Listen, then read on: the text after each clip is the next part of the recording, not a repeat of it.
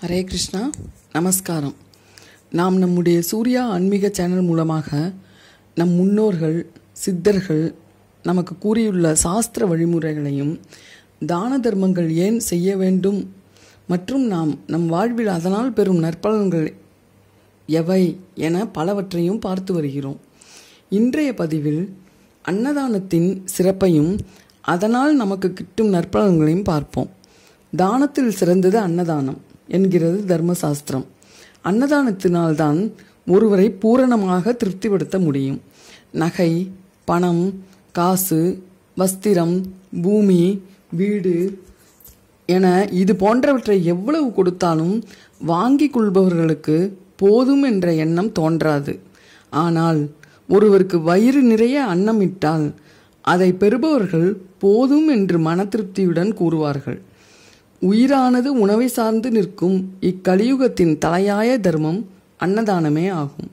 எனவே அரிய இம்மானிட பிறவி பெற்ற நாம் அனைவரும் தினந்தோறும் நம்மால் இயன்ற அளவு ஒருவருக்கு ஒரு பொட்டலமாவது அன்னதானம் செய்தல் வேண்டும். மேலும் உயிரோடு உடம்பை சேர்த்து வைத்து காக்கும் பொறுப்பு அன்னத்திற்கே உள்ளது. எனவேதான் உண்டி கொடுத்தோர் உயிர் கொடுத்தோரே என்று மணிமேகலையில் சொல்லப்பட்டுள்ளது. மேலும் சகல உலகங்களையும் ரட்சித்து காக்கும் அந்த ஸ்ரீ கிருஷ்ண பகவான் வணங்கும் 6 பேர் யார் என்று கூறுகிறார் என்பதை பார்ப்போம். அவர்கள் நித்திய அன்னதாதா எனவும், தருணா அக்னிஹோத்ரி எனவும், வேதாந்த வித் சந்திர சகசிரதர்ஷி எனவும், மாசோபவாச சீச எனவும், பதிவிரதாச ஷட்வந்தனீய மம ஜீவ லோகே எனவும் கூறியுள்ளார். இதன் பொருள் என்னவென்றால், மனிதர்கள் வசிக்கும் பூமியில் நான் வணங்கும் மதிக்கும் 6 வகையான உத்தமர்கள் யாரெனில், தினமும் அன்னதானம் செய்வோர், தினமும் அக்னிஹோத்திரம் செய்வோர், வேதம் அறிந்தவர்கள், சகஸ்ர சந்திர தரிசனம் செய்து சதாபிஷேகம் செய்து கொண்டோர், மாதா மாதம் உபவாசம் இருப்போர் மற்றும் பதிவிரதையாக இருக்கும் பெண்கள் என கூறி அன்னதானத்தின் சிறப்பை நன்றாக கிருஷ்ண பகவான் உணர்த்தியுள்ளார். மேலும் நாம் ஓடியிட்ட பிச்சையும் உகந்து செய்த தர்மமும் சாடிவிட்ட குதிரை போல தர்மம் வந்து காக்குமே என்ற அகத்தியரின் வாக்கின்படி இம்மையிலும் மறுமையிலும் நம்மை காப்பது தர்மமே என்பதாலும், உண்டி கொடுத்தோர் உயிர் கொடுத்தோர் என்றும், பசியால் பரிதவிக்கும் ஜீவனுக்கு உணவிடுவோர் பரம்பொருளுக்கே உணவிட்டவர் ஆவார் என்றும் அன்னதானத்தின் சிறப்புகளை நம் முன்னோர்கள் கூறுகின்றனர். ஒரு சிறு கதை மூலம் அன்னதானம் சிறப்பை நாம் நன்கு அறியலாம். பக்தி, புகழ், வீரம் என எல்லாவற்றிலும் சிறந்து விளங்கிய போஜராஜன் என்ற அரசன் அரசாட்சி செய்த காலத்தில் ஏழை விவசாயி ஒருவன் தன் மகளின் திருமணத்தை நடத்த அரசனிடம் பொருள் உதவி பெற நினைத்தார். எனவே அரசனை காண செல்லும் வழியில் உண்ணுவதற்கு நிறைய ரொட்டிகளை செய்து கொண்டு சென்றார். நீண்ட தூரம் பயணத்திற்கு பின் பசி ஏற்பட குளக்கரையில் அமர்ந்து ரொட்டியை பிரித்தார். அப்பொழுது குட்டிகளை ஈன்ற பெண் நாய் ஒன்று வாளை ஆட்டிக்கொண்டு ஏக்கத்துடன் அந்த விவசாயியை பார்த்தது.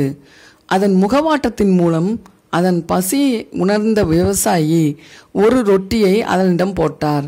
அதை வேகமாக விழுங்கிய நாய் மேலும் மேலும் விவசாயி ஏக்கத்துடன் பார்க்க தன்னிடம் இருந்த ரொட்டிகள் அனைத்தையும் தான் உண்ணாமல் அந்த நாய்க்கே போட்டார். பாவம், வாயிலா ஜீவன், சாப்பிட்டு எவ்வளவு நாள்கள் ஆகிறதோ, நாம் ஒரு நாள் சாப்பிடாவிட்டால் என்ன, குறைந்து விடவா போகிறது என கூறிவிட்டு சிறிது தண்ணீரை மட்டும் குடித்துவிட்டு பயணத்தை தொடர்ந்தார். மன்னனை சந்தித்த விவசாயி தன் மகளின் திருமணத்தை நடத்த தனக்கு பொருள் உதவி செய்யுமாறு வேண்டினார்.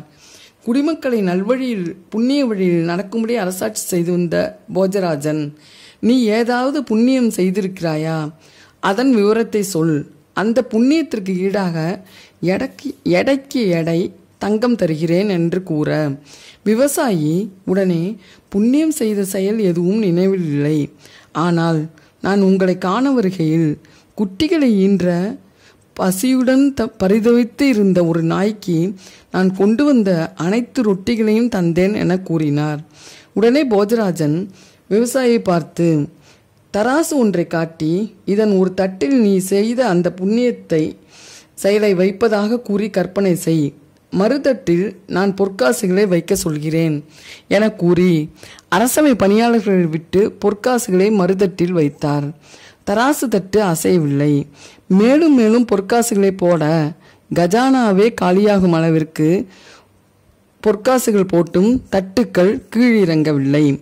இதை பார்த்த போஜராஜன் கைகளை கூப்பி விவசாயியை பார்த்து, தாங்கள் யார் என வினவ, அரசே, நான் ஒரு சாதாரண ஏழை விவசாயி.